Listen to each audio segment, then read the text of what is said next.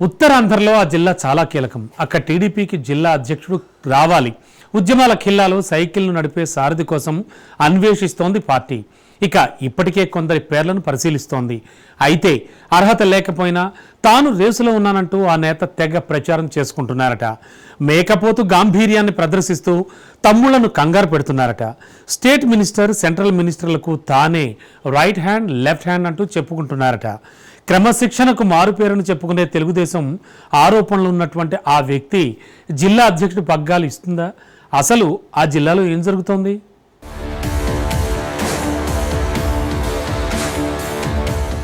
అనేపూర్ రామకృష్ణ శ్రీకాకుళం జిల్లాలో పరిచయం అక్కరలేని నేత.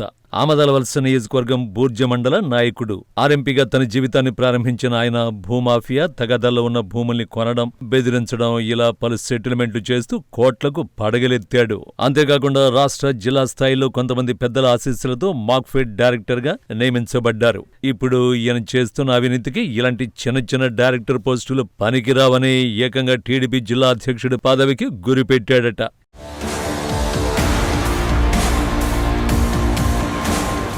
ఎలాంటి అర్హత లేకపోయినా అడ్డంగా సంపాదించిన డబ్బు ఉందనే ఒకే కారణంతో ప్రెసిడెంట్ కుర్చీపై కన్నేశాడట. అందుకు సంబంధించిన లాబియింగ్ చేస్తున్నారని టాక్. రోజు ఏదో ఓ మంత్రితో లేదంటే రాష్ట్ర స్థాయి నాయకుడితోనో ఫోటోలు దిగుతూ సోషల్ మీడియాలో పెడుతున్నారు. తనకు తానే పెద్ద లీడర్ అన్నట్టుగా బిల్డప్ ఇస్తున్నారు. దీంతో ఇన్నాళ్లు పార్టీ కోసం అహర్నిశలు కష్టపడ్డ నేతలు రామకృష్ణుడి లీలలు చూసి విస్మయం చెందుతున్నారు.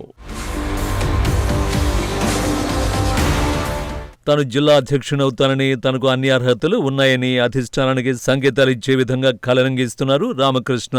అయితే భూమాఫియా దందాలు చేసే వ్యక్తికి జిల్లా అధ్యక్ష పదవి ఇస్తారా? క్రమశిక్షణకు మారుపేరుగా ఉన్న తెలుగుదేశంలో నాయకులెవరూ దొరకలేదా అనే ప్రశ్నలు కూడా వినిపిస్తున్నాయి. కొంతమంది సీనియర్లు అబ్బెబ్బే అలాంటిదేం లేదు, ఆయనకాయనే ప్రచారం చేసుకుంటున్నాడని చెబుతున్నారు.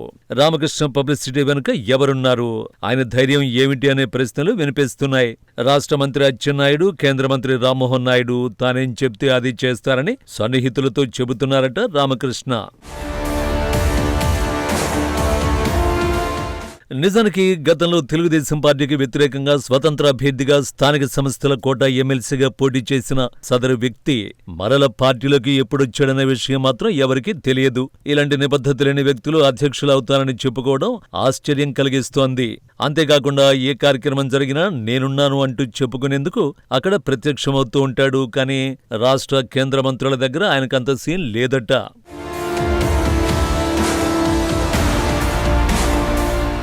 శ్రీకాకుళం జిల్లా అధ్యక్షులుగా ఉన్న తూర్పు కాపు సామాజిక వర్గానికి చెందిన కలమటి వెంకటరమణ అంత యాక్టివ్గా లేకపోవడంతో అధ్యక్ష పదవి కూడా వద్దని చెప్పడంతో ఇప్పుడు జిల్లా అధ్యక్షుడి ఎంపికపై రాష్ట్ర, కేంద్ర మంత్రులు కసరత్తు చేస్తున్నారు.